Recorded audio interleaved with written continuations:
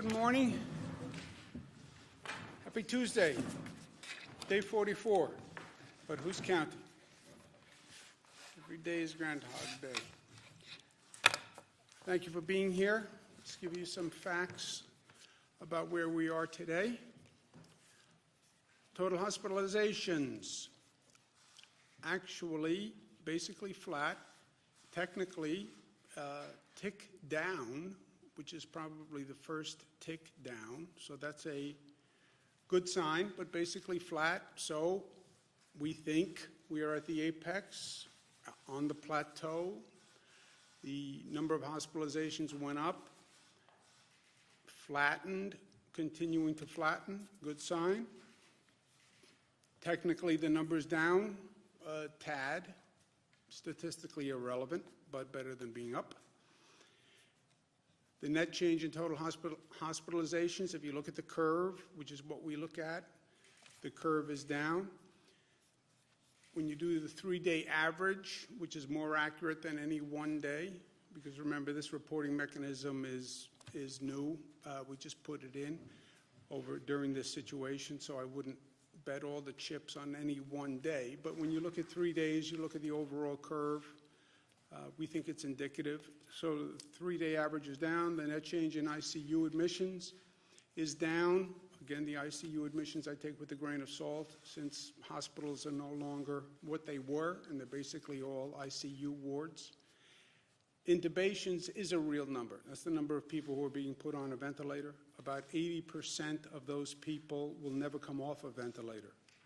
So when you see the intubations, that is proportionate to the number of people we will lose. And that's what we've been watching all along. People go into the hospital, most get treated and are discharged. Some are not discharged. If they're intubated, about 80% of the people who are intubated will not come off the ventilator. The number of new people going into the hospital per day is also down, but we still have 1,600 new COVID cases yesterday. So we have 1,600 people new coming into the hospital, some being discharged, and the net is what we've been watching. But it's also interesting to note that you still have 1,600 new people walking into the hospital or who are in a hospital and then diagnosed with COVID. So the volume is still high, and that's why the hospitals are still working very hard. We have been watching for growth outside of New York City, Long Island, Westchester, Rockland. That has basically been flat. There have been little hot spots here and there. The Department of Health has been very good and aggressive in jumping on those hot spots and tamping them down, test, isolate, trace. And you see the numbers by region across the state.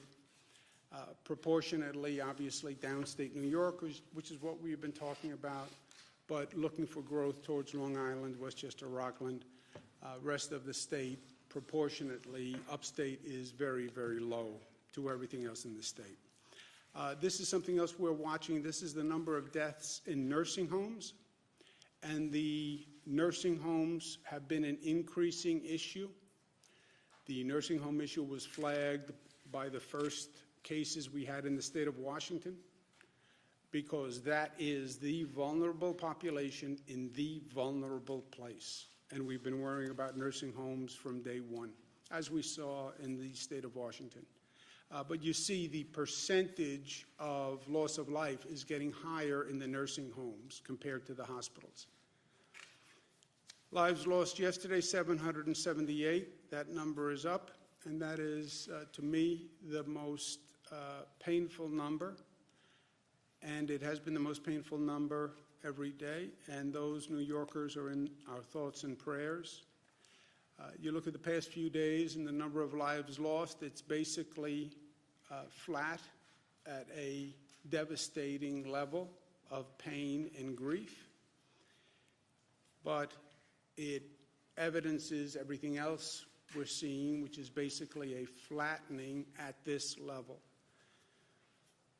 The statisticians will say number of lives lost is a lagging indicator, which is a nice scientific term, but it doesn't mean it just is not just terrible, terrible, terrible news, and nothing we can do about it. Although many New Yorkers are doing everything they can to save people's lives on a daily basis, at great personal cost to themselves. Total number of deaths is 10,834. What we have learned through this process is that our actions determine our destiny, and that's actually good news. We changed the curve. Every projection model, White House, CDC, Coronavirus White House Task Force, Columbia, Cornell, Gates-funded group, every projection had a higher rate of infection, higher rate of death. CDC was talking about over 1 million people. CDC was talking about projections that would have swamped the nation's hospital system. That didn't happen. Why didn't it happen? Because of what we did. And that's important to remember and realize. We changed the curve. Better way to say it is we are changing the curve every day. We have shown that we control the virus doesn't control us. And this is a big deal. Look, we could have been in a place where we couldn't stop the spread of the virus.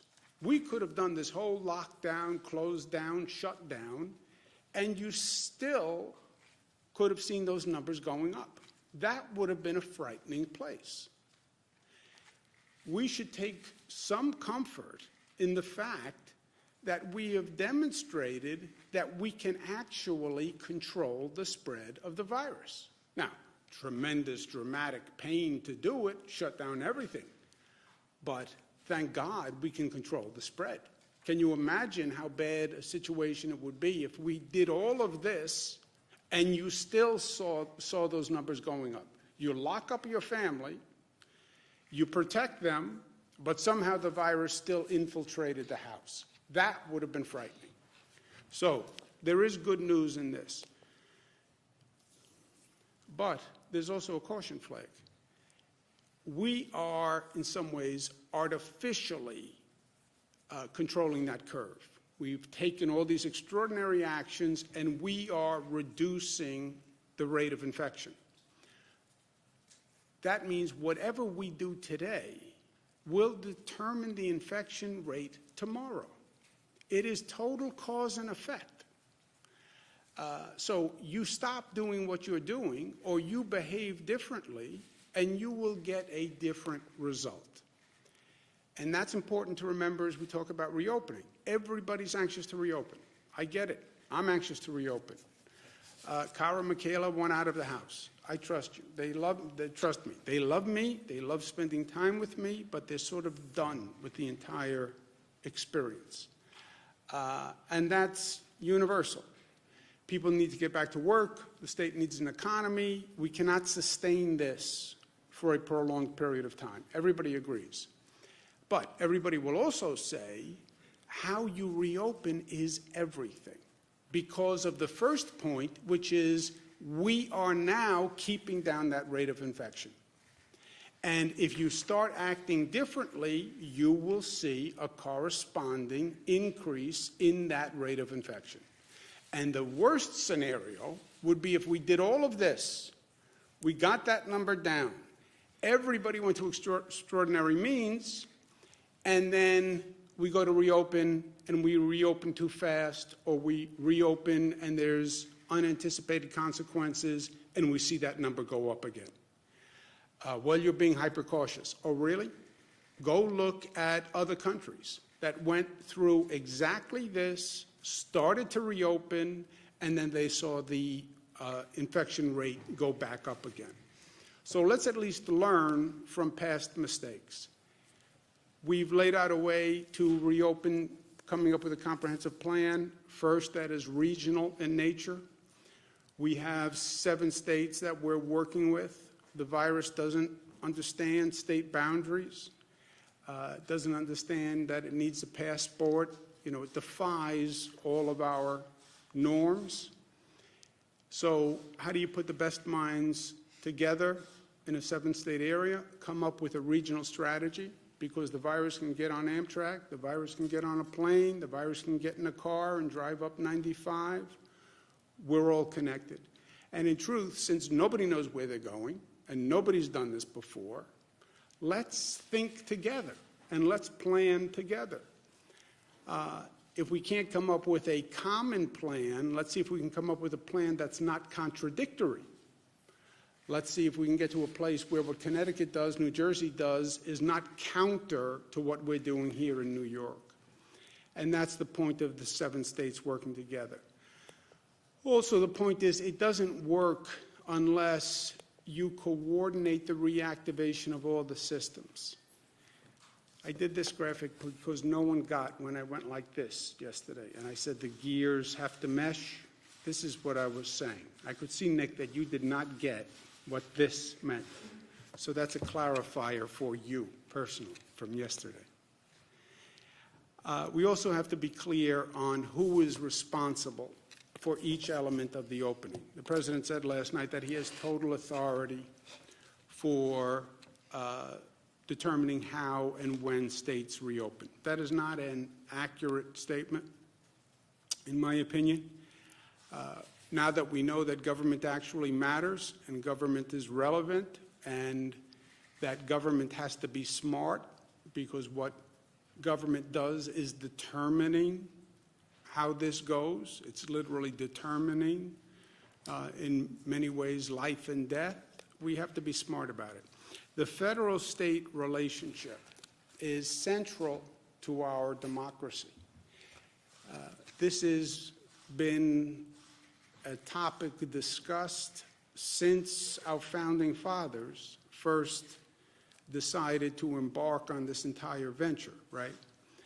This is basic federalism, the role of the states and the role of the federal government. And it is important that we get this right. Our founding fathers understood, and we have to remember today, that the balance between the state and the federal, that magnificent balance that is articulated in the Constitution, is the essence of our democracy. We don't have a king in this country. We didn't want a king, so we have a Constitution and we elect a president. The states, the colonies, formed the federal government. The federal government did not form the states. It's the colonies that ceded certain responsibility to a federal government. All other power remains with the states. It's basic to our Constitution and that federal-state relationship. Hamilton, who in many ways was representative of this discussion of the balance of power. State governments possess inherent advantages which will ever give them an influence and ascendancy, a beautiful word, over the national government, and will forever preclude the possibility of federal encroachments on the states. That their liberties indeed can be subverted by the federal head is repugnant to every rule of political calculation. Strong language, but that was the premise. So there are laws and there are facts, even in this wild political environment.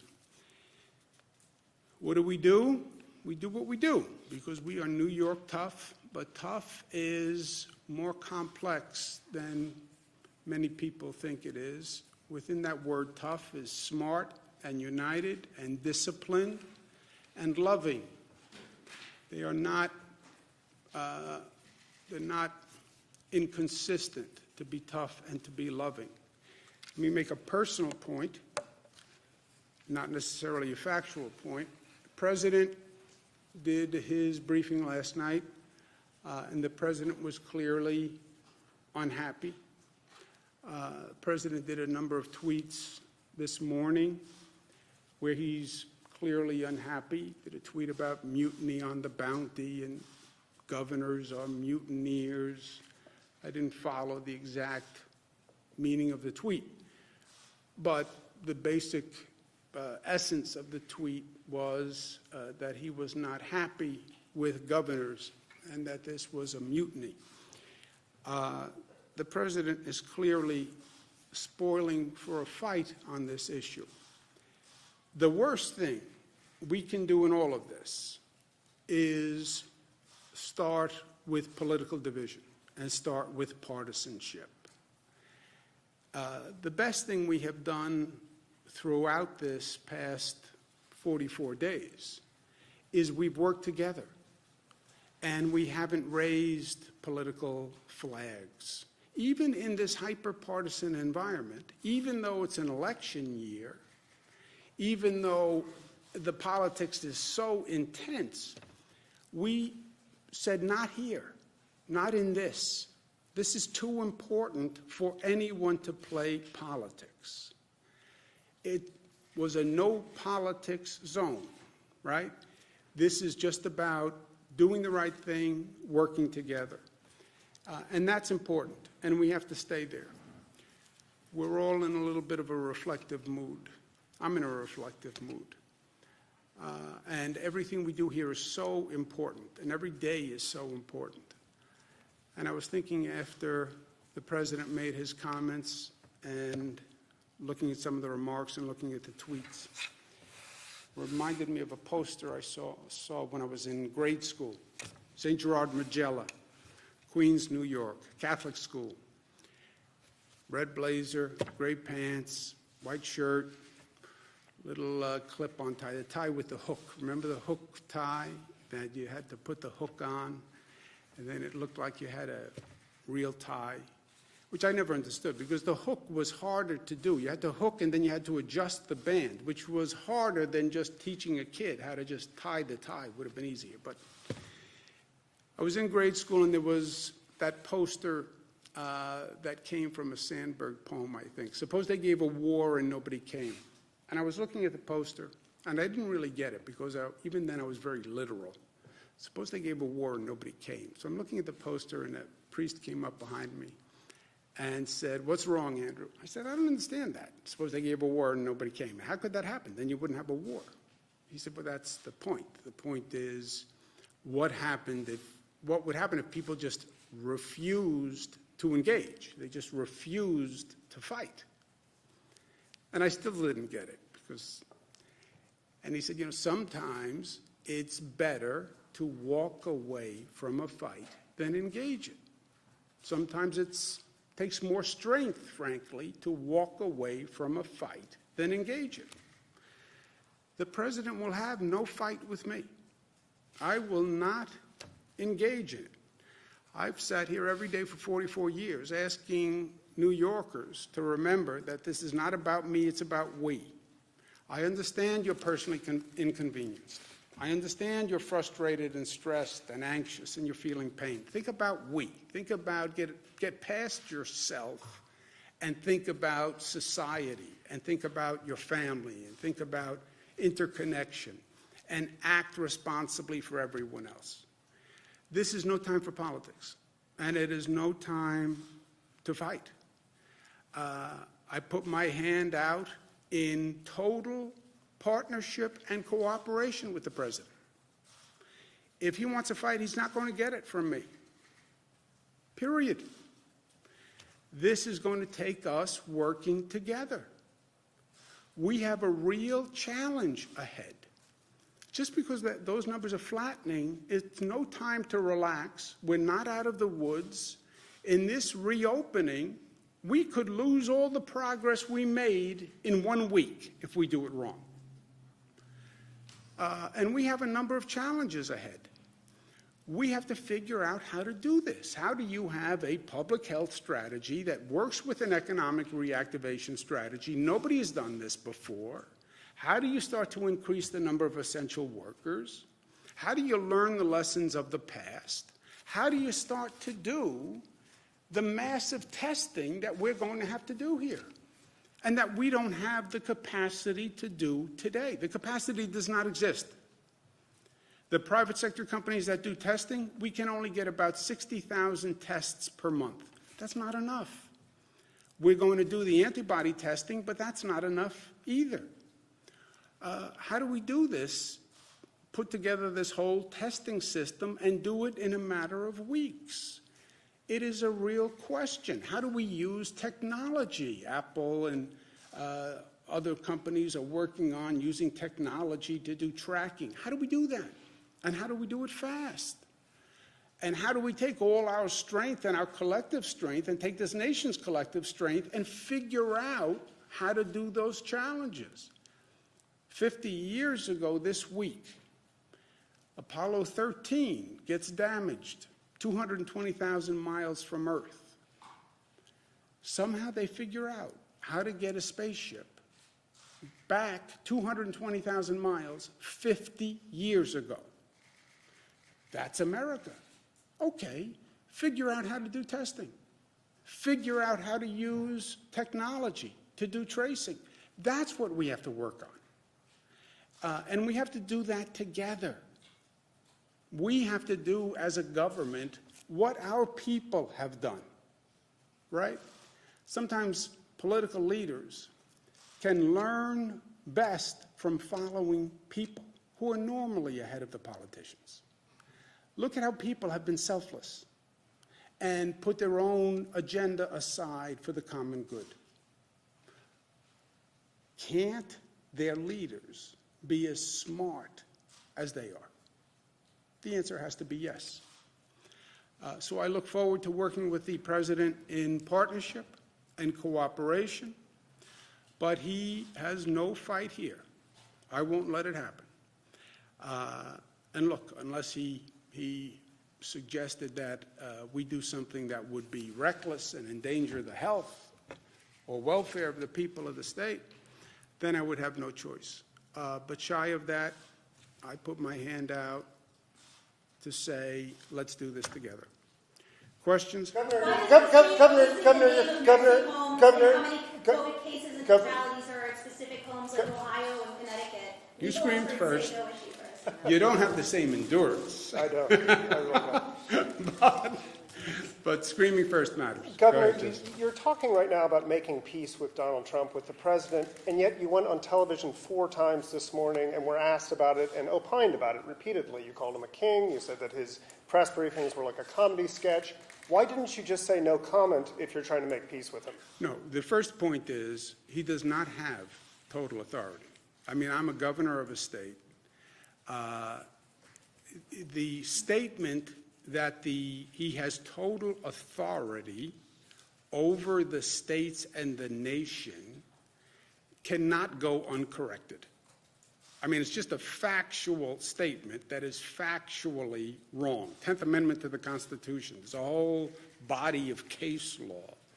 I mean, there are many things you can debate in the Constitution because they're ambiguous. This is not one of those things that is ambiguous. So that statement cannot stand. And it's not only violative of the Constitution, it's violative to the very concept of democracy. I mean, this was the first battle. Do we want a king or do we want a president? And we opted for a president. So that statement cannot stand, period. But more ad hominem attacks, calling him a king, saying that it's like a comedy sketch, saying No, that's not how it is. His proclamation is that he would be king. That's what a king is. A king has total authority. That statement cannot stand. The whole mutiny on the bounty, the governors are mutineers, whatever that means, and whatever the rest of the theory was. I'm not going to fight. I'm not going to get into that fight. Look, I bent over backwards. He said a nasty comment about what it was, but he's right. I worked very hard to be in partnership with the federal government this past month. I worked very hard to stay away from politics. And he is right. I did call and say I need federal assistance. I did call and say I need possible overflow beds. That he is right that he did move very quickly to get us Javits and the USNS Comfort. And I said that repeatedly. And I praised him for his actions. And he was right there, too. The federal government has a very important role. I was a cabinet secretary. I did it for 8 years. I know how key the federal government is. Frankly, I know how powerful they actually could be in being of assistance. And I don't even think they were as powerful as they could be. And the federal government has tremendous, tremendous capacity that we need now. So, yes, he's right on all of that. He's right that we asked for cooperation and assistance. And he's right that he delivered. And I've said that all along. But this mutineers and it can't exist. Why is the state releasing the name of nursing homes and how many COVID cases and fatalities are? I don't have anything specific to talk to him about today. There's no action item for us to talk about. Do you think you need to talk to him after what's been going on? I have no, it'd be my pleasure to speak with him, but we don't have anything that is, do we have anything pending? No. I did speak to the White House this morning about a hospital matter. But other than that, we don't have anything immediate. What was the hospital nursing homes and how many COVID cases and Have you received fatalities any are? guidance from the president about your role in the reopening? You said yesterday that he hadn't given governors any guidance in their role. No, we haven't had that conversation.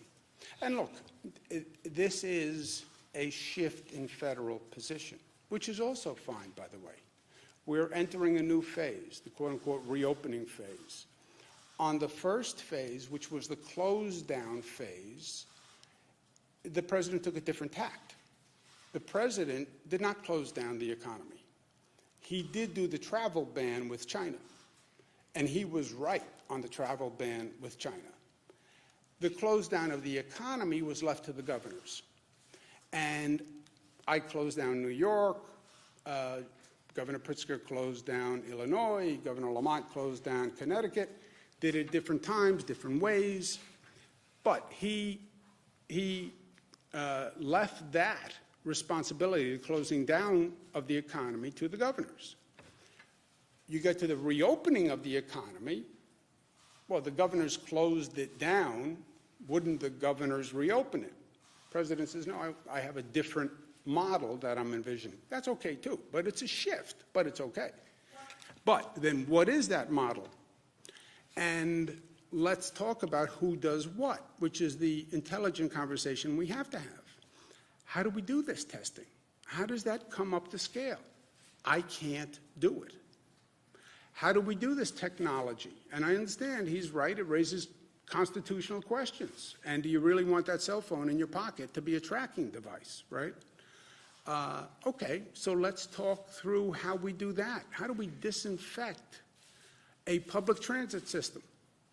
That has to be understood. How do we have masks for every New Yorker? How do we do that? How do we get 10, 20 million masks so we have that added protection? How do we get gloves?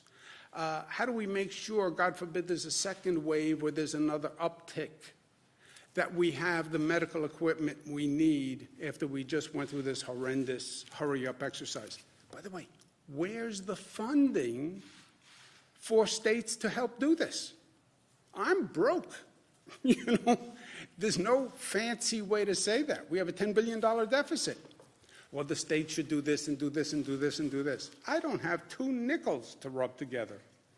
And the past federal legislation didn't give us anything. The only thing it gave the states was some Medicaid money. It doesn't give us anything to do any of this.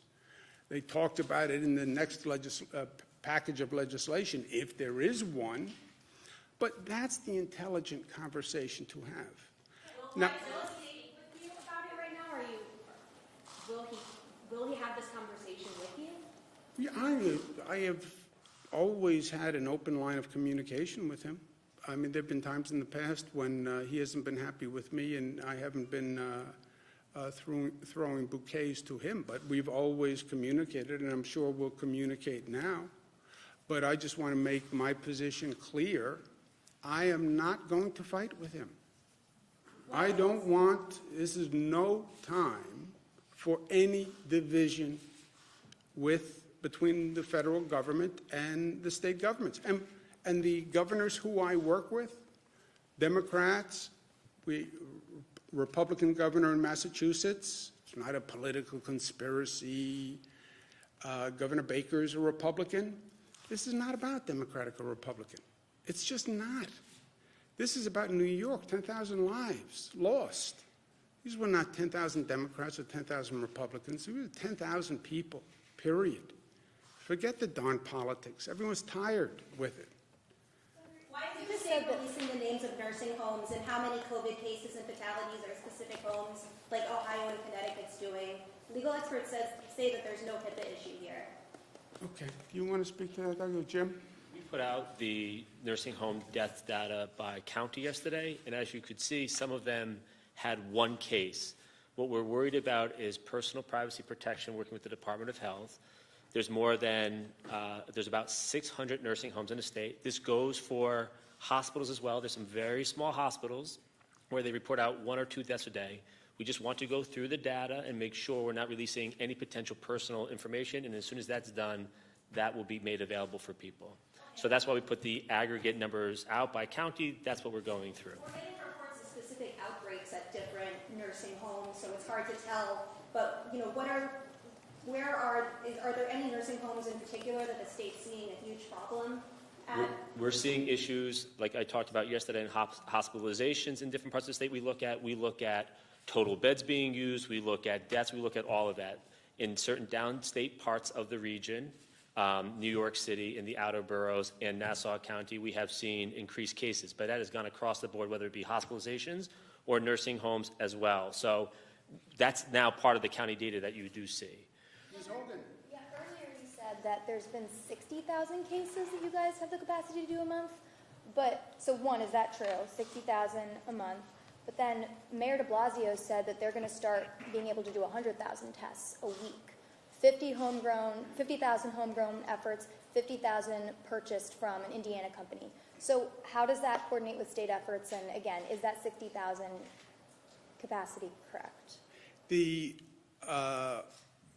signed on the dotted line, what's happening with the testing companies is the same thing that happened with medical equipment, PPE and ventilators.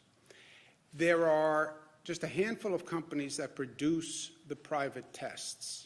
And they're all private tests, by the way. A handful of companies that do it, and now every state is going to those companies to buy the tests.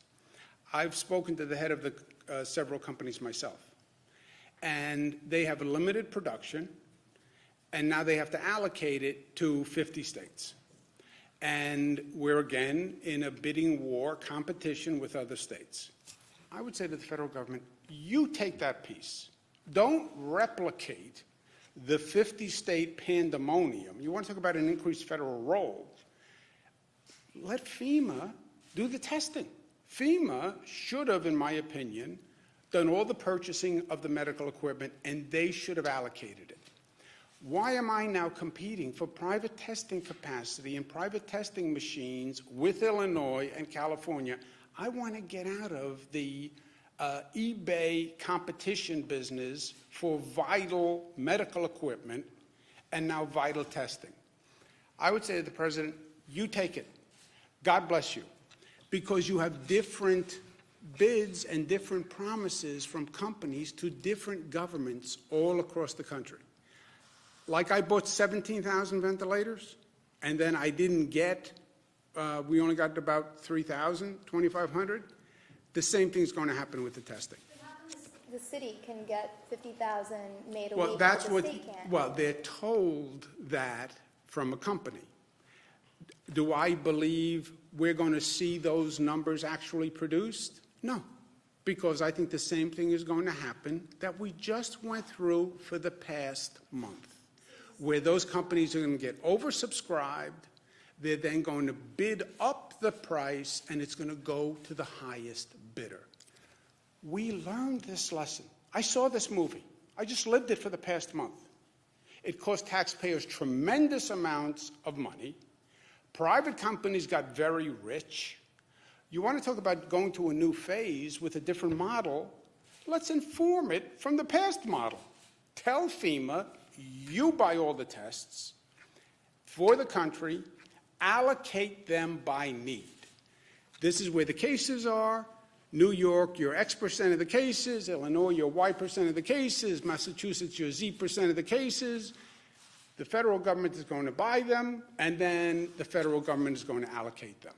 Not this, let's give each government or level of government functions that they perform best.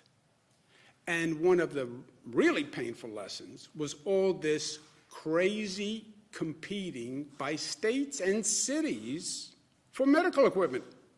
We're going to do that again?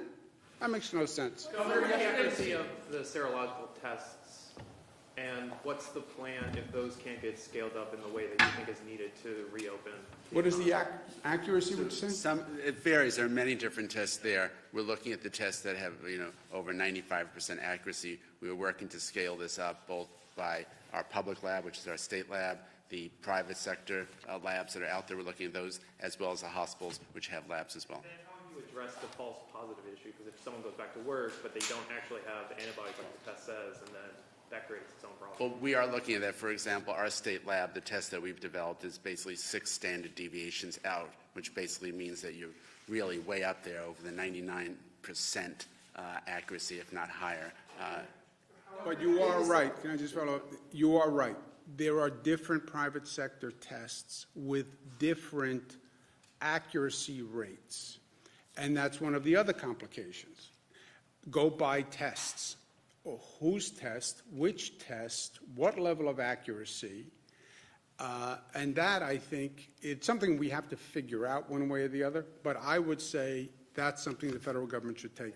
What's the capacity on that at this point? How many antibody tests can you do? You mentioned a couple of thousand, Right, so the state, will be by next week at 2,000 tests that we will be able to do per week at that point.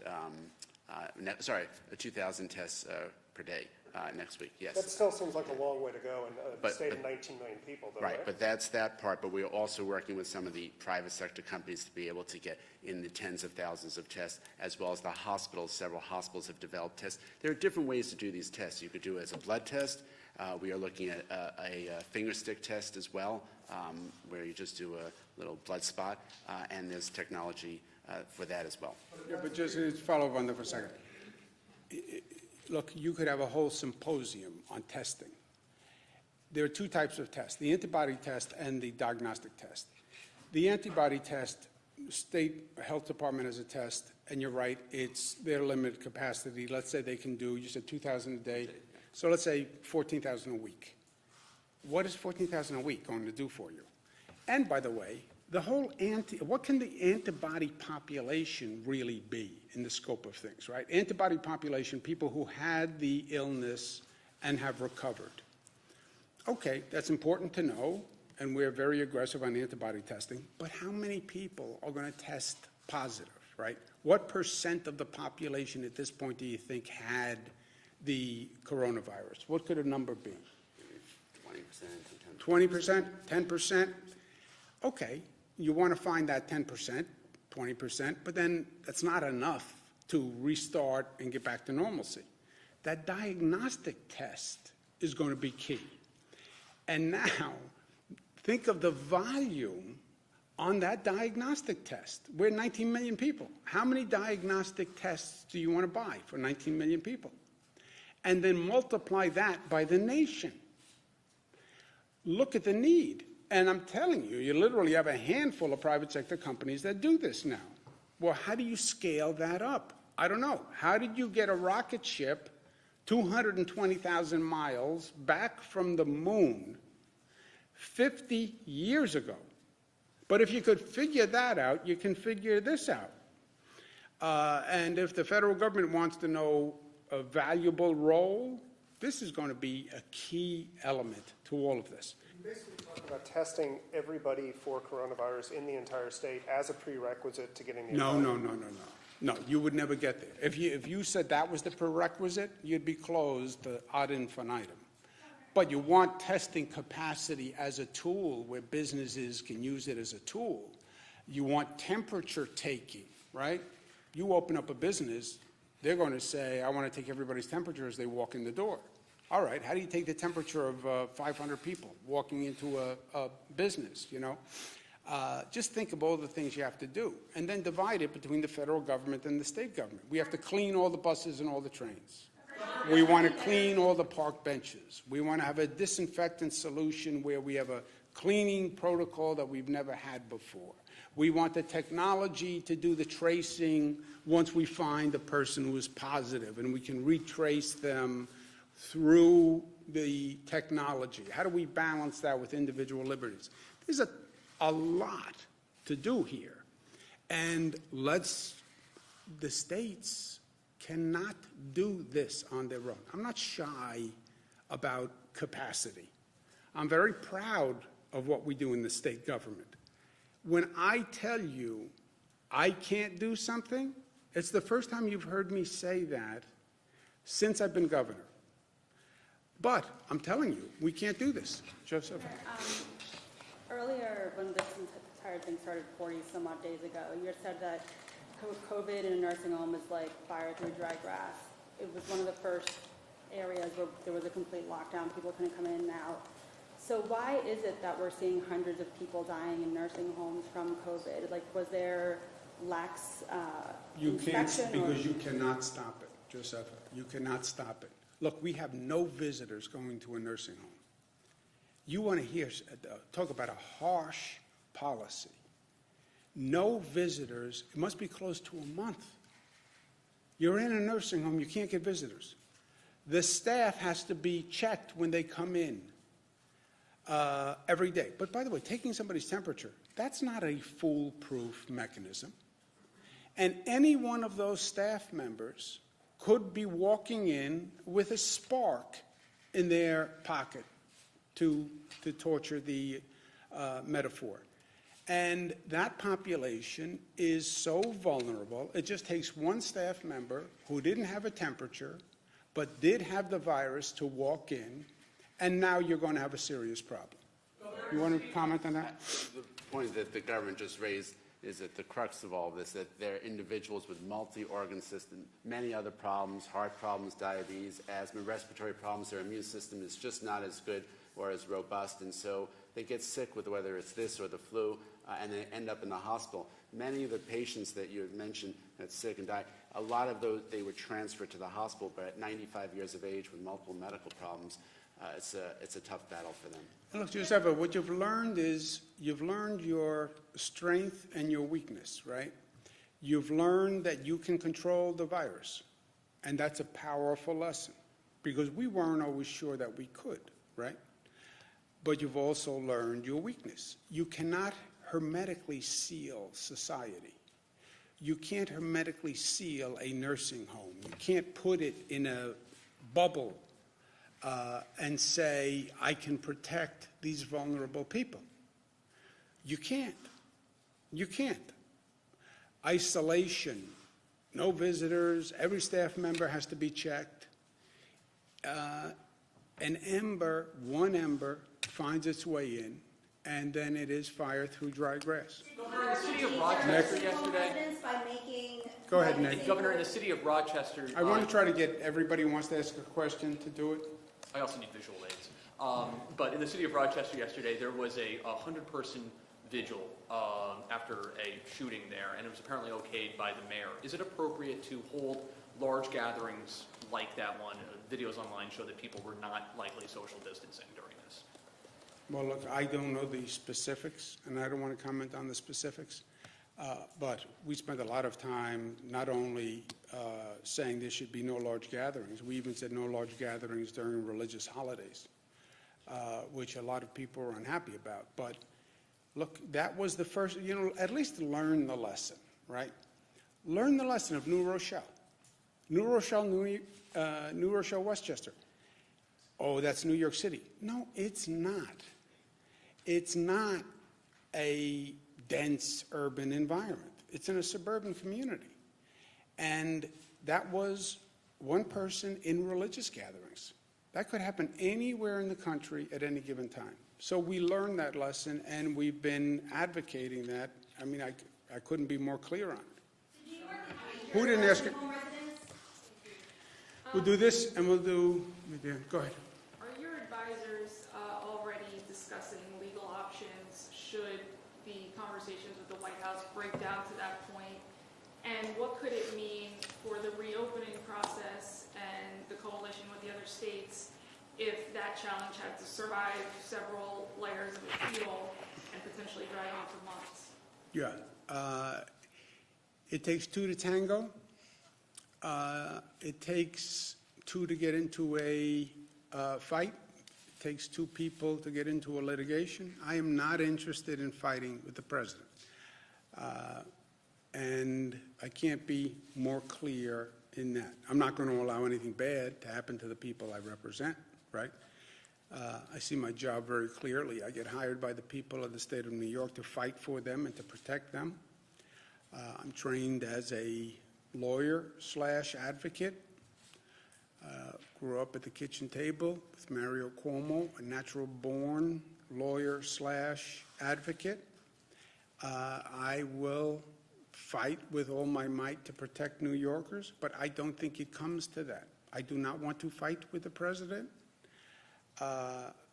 He is wrong on the law. I don't think this is a legal issue.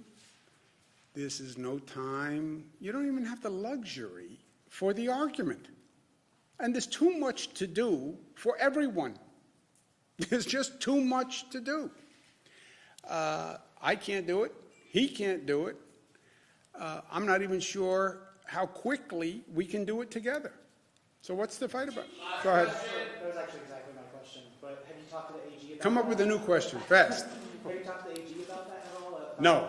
Got to be a better question than that. Go ahead. Would there be an argument of like state sovereignty? I guess. That would be the argument. Constitution. I'd call Alexander Hamilton. Thank you, guys.